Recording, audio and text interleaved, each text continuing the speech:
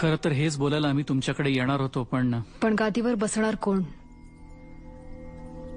संभाजी का राजाराम या विवंचनेत अडकलात की काय?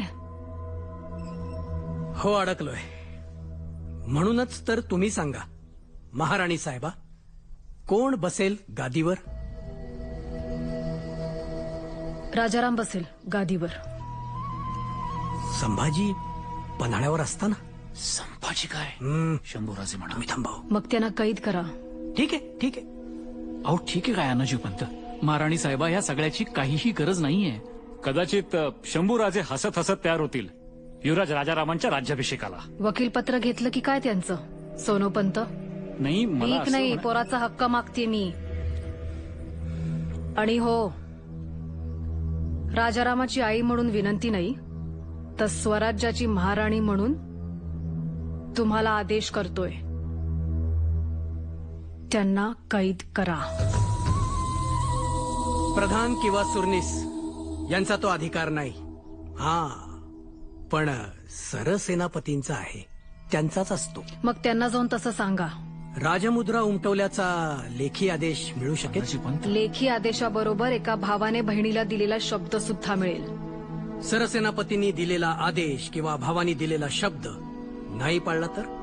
नाही, कसं आहे, सरसेनापतींचं शंभू प्रेम जगजाहीर आहे म्हणून. अहो अनाजी पंत, तुम्ही काय बोलताय? हा विषय आपण वेगळ्या पद्धतीने हाताळू शकतो. कारण बाळाजी औजींकडून राजपत्र लिहून घ्या आणि तुम्ही स्वतः जाऊन सरसेनापतींना ते देऊन या. त्वरित जातो. आणि तरीही त्यांनी नाही ऐकलं तर? त्यांनाही कैद करा.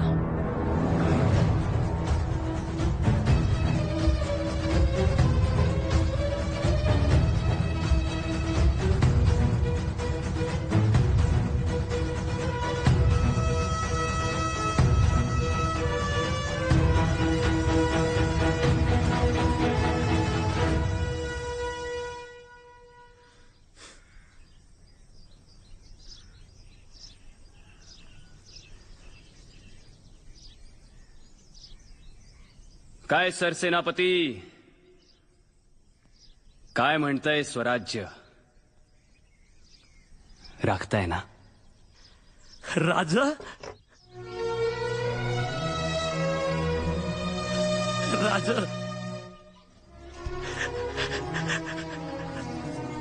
राजा नक्की राखू. तुम्ही दिल्यावर हुकूम राखू महाराज. एकच लक्षात ठेवा हंबीरराव, जी राजा. सिंधूच्या उगमापासून कावेरी पैल तिरा पावतो, अवघा मुलूक आपलाच. महाराज, मला माहिती होतं तुम्ही तुमच्या लेकरांना सोडून कुठं बी नाही जाणार. चला महाराज, दक्षिण दिग्विजयासारखा उत्तर दिग्विजय करू, दिल्ली फोडू. महाराज ऐका ना, महाराज चला, तुम्ही जाऊ नका.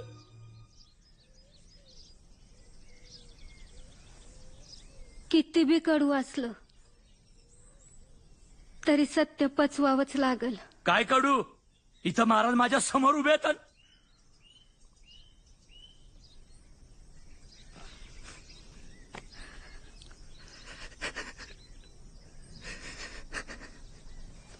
दहा दिवस झाला, आता विश्वास ठेवावाच लागल. काय, कसा विश्वास ठेवू या सगळ्यावर? सांग ना लक्ष्मी, कसं सावरू? माणसांचं काय घेऊन बसला? हे तर गोट्यातली गाय वासरे अजून सावरणात, चाऱ्याला तोंड लावणात.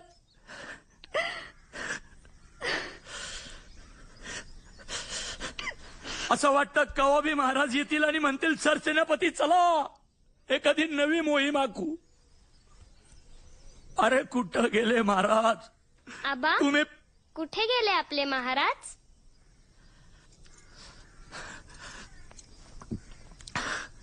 सांगा ना. तारे, आपले महाराज कैलासाला गेलेत ग. तुम्ही तर त्यांच्या बरोबर नेहमी जाता, मग आता का नाही गेलात? सांगू.